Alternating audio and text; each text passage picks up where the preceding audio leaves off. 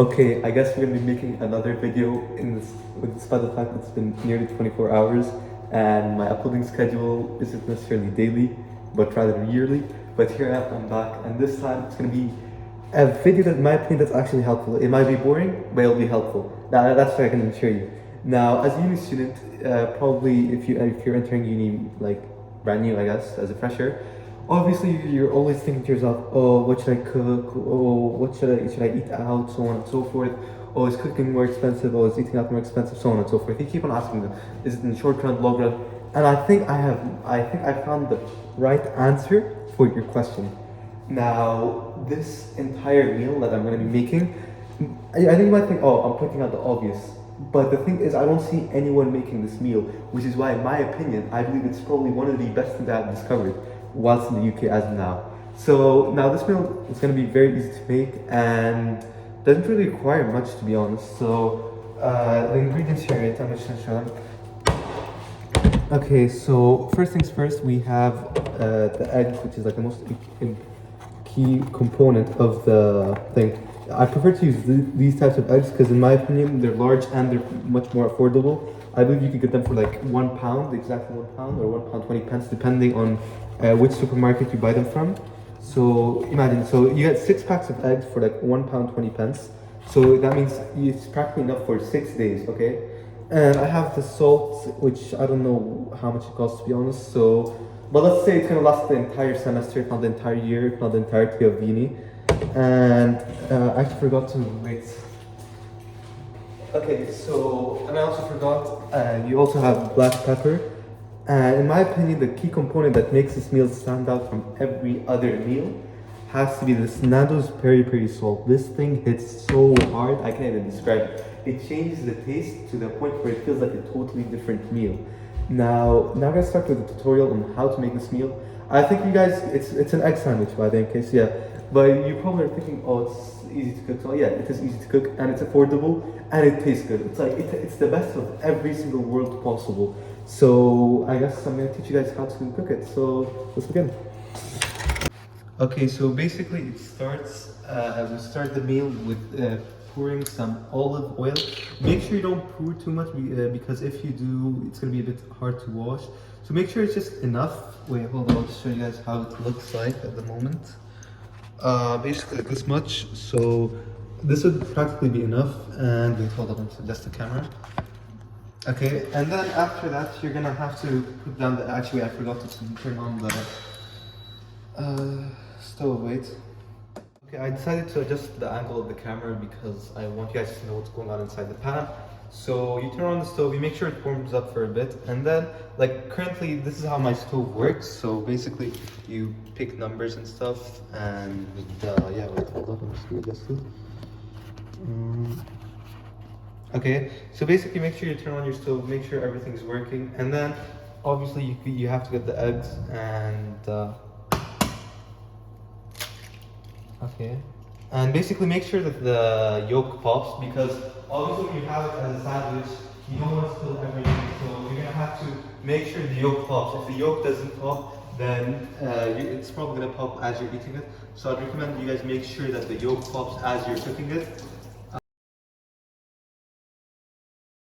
And you just basically wait approximately like 5 minutes. Never leave your food unattended.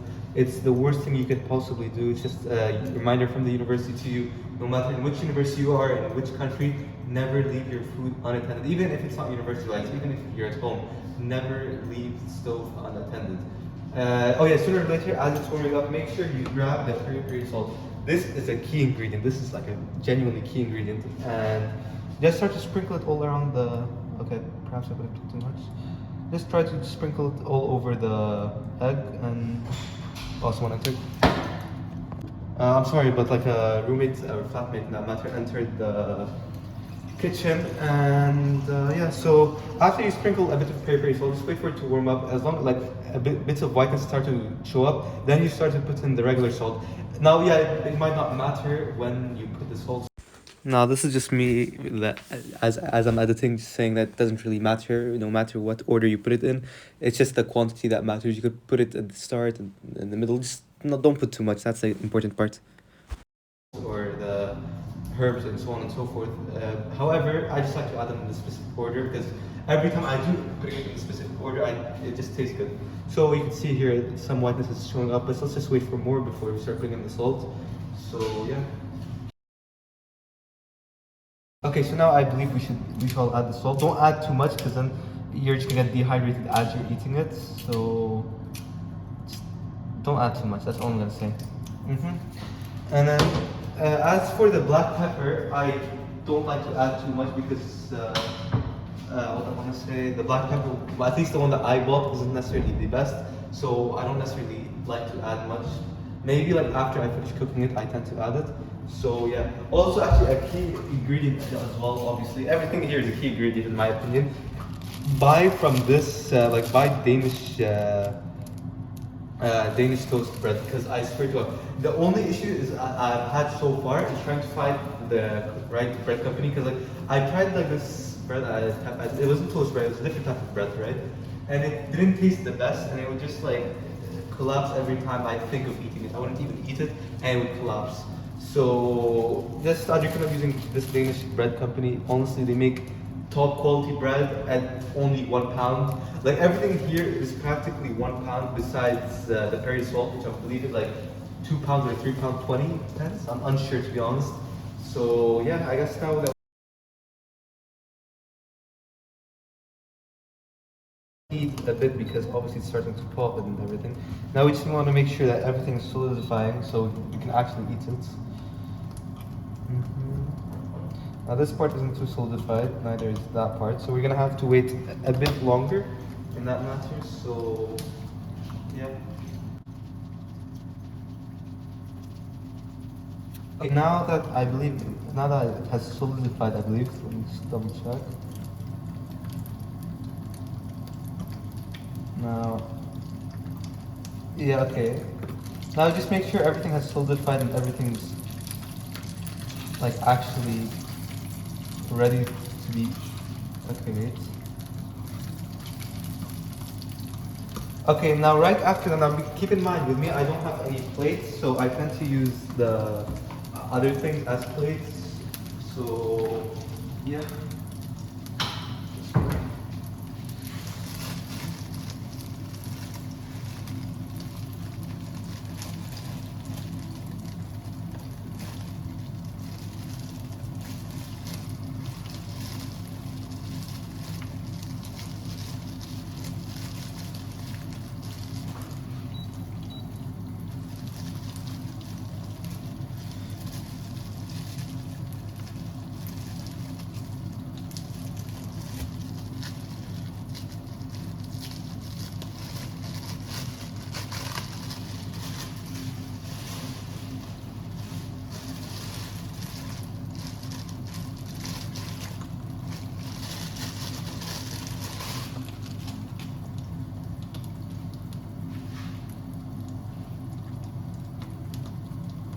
Okay, now that the, I guess, Perry eggs are done, I'm gonna call them Perry eggs from now on. You basically just, now I don't have a spoon, so I'm basically forced to use this. This is like the only thing I use in the kitchen because I moved in new and that's all I have. And you just put this down here. And also one thing, a bonus tip I would recommend actually is to get yourself lettuce. Now, I know lettuce with eggs might sound stupid or illogical in any means, but trust me, you will not regret it. For some reason, it just mixes so well in my opinion, especially with like the Perry salt chips. I know it doesn't make sense, but when you try it, you'll understand. Okay, so after you're done like putting the lettuce and everything, trust me, the lettuce actually makes, oh no, I made a mistake. Wait, hold on. Yeah, okay. After you're putting in the lettuce, just enjoy your meal, that's all. Okay, now that we've finished cooking it, I guess now we're gonna have a taste test of the Perry salt. Now keep in mind this is like my fourth time trying it, so, and the past 3 times they went very well, so now we're gonna find out if it's gonna be 4 times, so yeah. And keep in mind, I have 2 bread slices because I only had 3 left, so I basically had to put an extra one because I wouldn't, having one toast bread wouldn't be logical. And sometimes, in case you don't want like anything to leak, in case you felt like you undercooked it, you could always have like an extra backup just in case. So now to the taste test. Mm.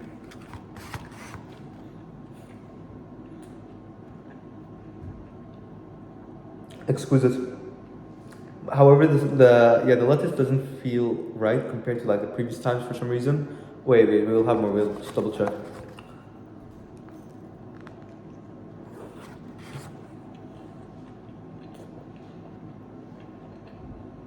Never mind.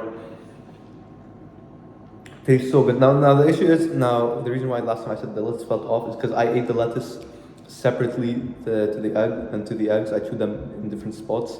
But now that you knew when you mix them, they taste so good. So if you were to ask me as like, my opinion in general, I would probably say a 9 out of 10. But if I were to give my honest opinion, a 6.5 out of 10. It does the job though. It's good, it tastes good, easy to cook, and affordable. So I wouldn't see why you wouldn't go for it.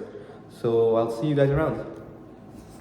Also, a quick tip is like when cooking is make sure to clean up everything after yourself because I nearly forgot to put everything back in the cabinets. So yeah, I guess I'll see you guys around. So anyway, another video is going to be coming up tomorrow about day in life. And I forgot to mention also another thing about this meal. You could practically eat it for breakfast and for dinner and you still would feel good about it because it tastes good. And as I said, tomorrow this will be the what's it called again? Day in life video. However, I might post it after tomorrow. But what I can promise you guys is that I'm gonna record tomorrow. So yeah, I'll see you guys around.